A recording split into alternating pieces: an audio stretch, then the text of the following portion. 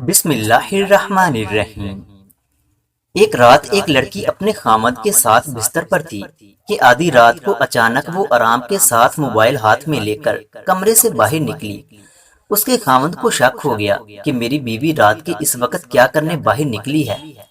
تھوڑی دیر کے بعد اس کی بیوی واپس آ کر آرام کے ساتھ اپنے خامد کے ساتھ دوبارہ بستر پر لیٹ گئی۔ دوسری رات اس کے خامد نے اپنا سم کارڈ نکال کر اس کے موبائل میں ڈال دیا اور بیوی کا سم کارڈ اپنے موبائل میں ڈالا۔ جب آدھی رات ہو گئی تو اس کی بیوی پھر سے آرام کے ساتھ موبائل اٹھا کر کمرے سے باہر نکل گئی۔ خامد کو اور زیادہ شک ہو گیا اور وہ انتظار کرنے لگا کہ اب کوئی تو اس کے نمبر پر کال کرے گا، لیکن کسی نے بھی اس کے نمبر پر کال نہ کی اور اس کی بیوی واپس آ کر لیٹ گئی۔ جب خامد نے اس کا موبائل چیک کیا تو اس میں کوئی بھی کال نہیں آئی تھی اور نہ ہی اس نے کسی کو کال کی تھی، لیکن اس کا خامد اور شک میں پڑ گیا اور سوچا کہ شاید اس نے نمبر ڈیلیٹ کر دیا ہوگا۔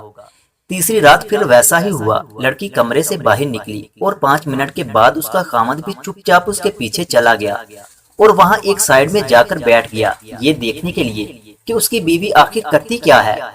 پھر اس نے کیا دیکھا کہ اس کی بیوی نے وضو کیا اور گھر کے ایک کنارے میں جائے نماز بچھا کر بیٹھ گئی اور موبائل کی لائٹ آن کر دی۔ وہ نماز میں مشغول تھی۔ جب اس نے سلام پھیرا تو دعا کی کہ یا اللہ، اگر میری عمر میرے خامد کی عمر سے زیادہ ہو تو میری آدھی عمر میرے خامد کو دے دو۔ میری یہ دعا ہے کہ اللہ سب کو ایسی ہی بیوی دے، آمین۔ اس کہانی کا مقصد یہ تھا کہ شک کرنے سے پہلے تحقیق کر لیا کریں کہ حقیقت کیا ہے۔